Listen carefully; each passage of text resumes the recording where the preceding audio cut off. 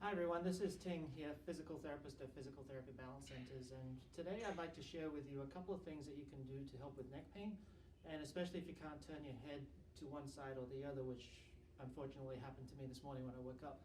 So just a couple of quick little tips you can do at home to help with the problem.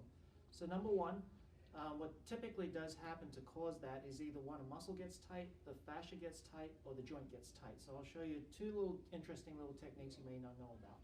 So first of all, the muscle that is usually involved when you can't turn your neck is usually the upper trapezius muscle right here, and also the paraspinal muscles that come through this area. So a great way to work on them when you're really tight is to grab yourself something like a Theracane that I have here, or if you don't have one of these, grab a tennis ball or a cane or something that you have at home as well.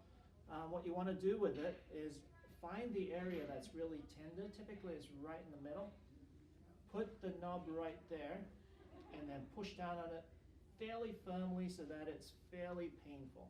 And you want it to get painful initially, but as you hold on to it, typically around about a minute or so, the pain should start to settle or release is what we say in the physical therapy world.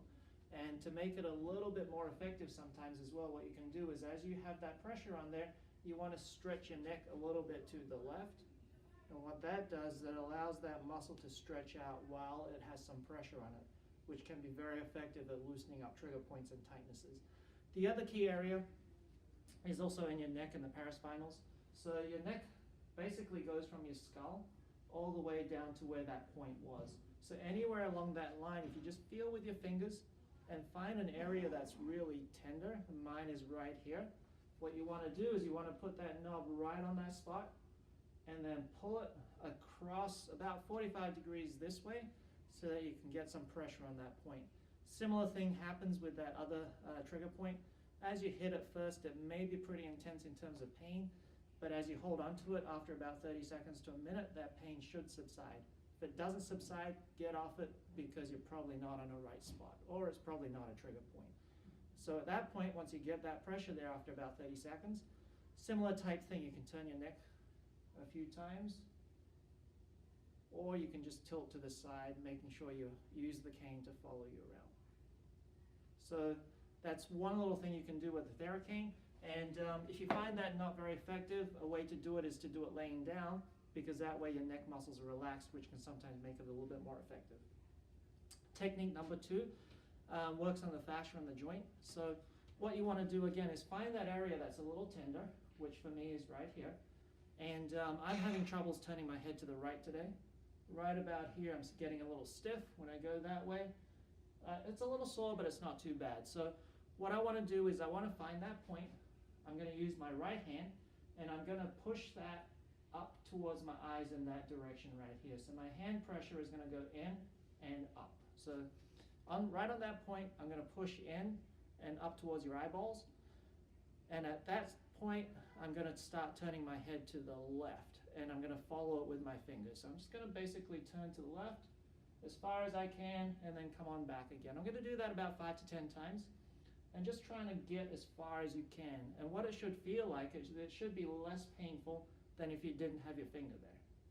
So I think that's 3, 4, and 5.